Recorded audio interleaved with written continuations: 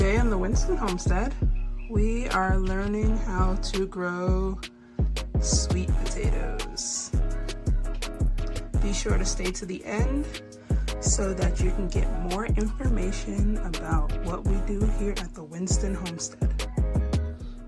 Hi everyone, so I'm filming from our ambulance, and with sweet potatoes and every other thing that you're ever going to want to plant in life, you're going to only need 5 things and a bonus. Those 5 things are a container, you're going to need a substrate, number 3, you're going to need a seed, you're going to need water and light. I'm going to break it down really slowly for you.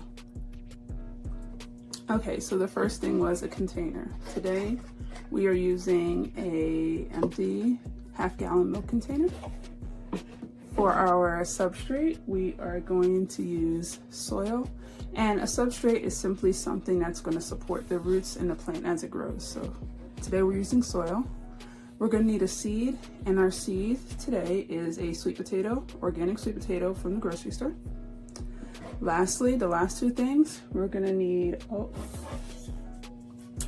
water. So we have water in our watering can. And we're gonna need light, and if you can see behind me right there, that's a grow light. Oh, and the last thing, the bonus thing that you always need is your airflow. And we use, in the ambulance, we use a fan. So let's get started. So this is what's gonna be our end result right here. This is a Japanese sweet potato I got from the market a few months ago, and this is in a milk container. And this one right here is a standard sweet potato that's growing in one of my kids' Lego boxes. Okay, so we're gonna start with the first thing we need, and that's the container. Here we're using an organic half-gallon milk container, and I'm just gonna cut a rectangle shape out.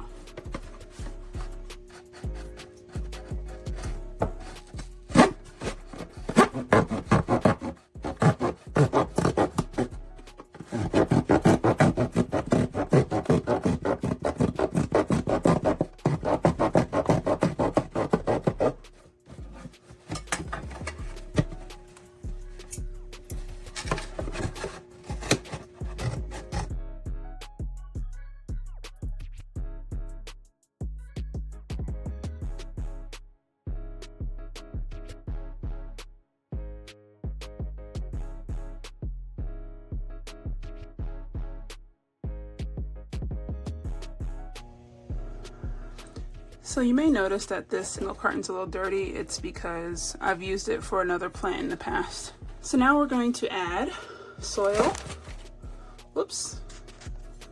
Soil into our milk container.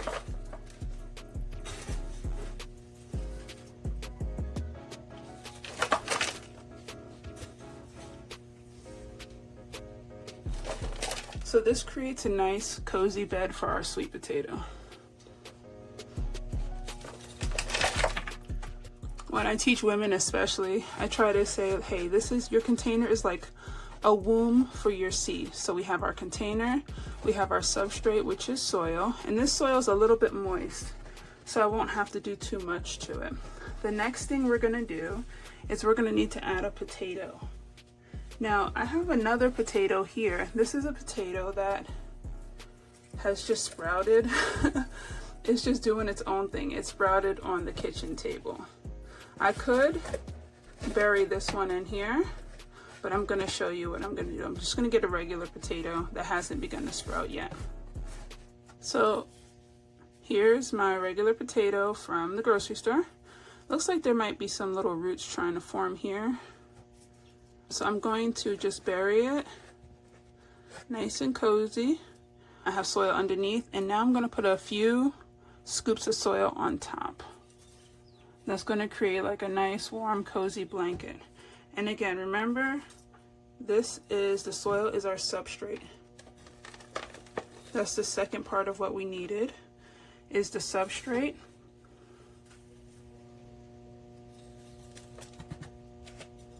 Give it a nice little blanket.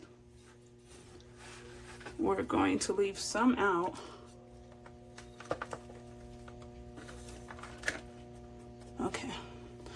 sweep up some of this here. It's very easy to grow sweet potatoes, especially using a milk container, because most of us have these containers laying around. And remember, if you don't have a milk container, you can pretty much use any container. This right here is this is one of those organization containers. I've used this in the past too.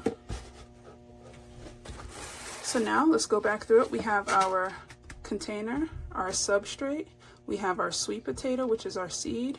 So container, soil, substrate, our sweet potato. So now the next thing we're going to need is some water. And then we need some light. And our light, we use our grow lights. And then for Mom, so we don't have any. So for honey, let me finish, and then you'll have a chance. And then for our wind, we have a fan, and this is a chargeable fan. Mom, is this a stove? All right, so now we're gonna leave this here for a few weeks. In a few weeks it'll sprout, maybe 2 or 3 weeks, and we're just gonna put it under the sun. Let's move this stuff out of the way, and we're going to put it next to our other potato plant. All right, I did want to show you something. So this is the sweet potato that I sprouted just on the counter. Now, if you look really closely, you're gonna see little nubbies. And I'll show you what we're gonna do with this. So what we're gonna do, these little nubbies are the beginning of roots. So what I'm gonna do is I'm going to, never really wanna cut in the direction of your hand. I'm gonna cut off this sprout and maintain these nubbies. And then I'm gonna put them in some water. And these roots will grow. Now, if you ever wondered, if you're wondering, I am a mother, and I am a mother that homeschools, so my children are typically around. All right. Okay, next I'm gonna show you how we can create unlimited sweet potato plants. So now we're going to propagate. That means just create more plants, more sweet potato plants. And all you're gonna need for this part is this is an old spaghetti jar, recycled spaghetti jar that I use. The cuttings that I got from another sweet potato that I had grown, and some water. So I'm just filling it up with water. It doesn't have to be all the way up, but enough to cover the roots. That should be good. We put those in. So it has its container, it has the water. It doesn't have a substrate because the jar is supporting it. And then we have our seed plant, which is the sweet potatoes. And these will go here. And once these grow roots, those roots will continue the cycle. You see these roots? It'll continue the cycle. And if I plant this in soil, it'll not plant this in soil. If I plant these in soil, once the roots sprout, it'll turn into this, a tuber. Please let me know if you have any questions. I'll keep you updated on the progress of the sweet potato, and that's all. Hi everyone, so I wanted to take a second to say a big thank you for all of our supporters over on our Substack channel, our supporters of many years, who are able to make the Winston Homestead's mobile classroom, also known as the Jessup Wagon 2.0, which was definitely inspired by Dr. George Washington Carver. Please look him up in his Jessup Wagon for more information. I also want to give a special thank you for Texas Women's University. This ambulance was funded in big part by their Start Her grant, which empowers female entrepreneurs to do great things in the world and in Texas. Many of you have been supporting the Winston Homestead for years, and I genuinely thank you. You can continue to support our mission to teach everyday people how to grow their own food at home on our GoFundMe, on our Substack page, on our website, thewinstonhomestead.com. Okay, so the really cool part about growing sweet potatoes, besides the tuber which is this is the tuber, this is the part that we would typically eat, you can also eat the leaves. They're highly, breaking news, they're highly nutritious, okay?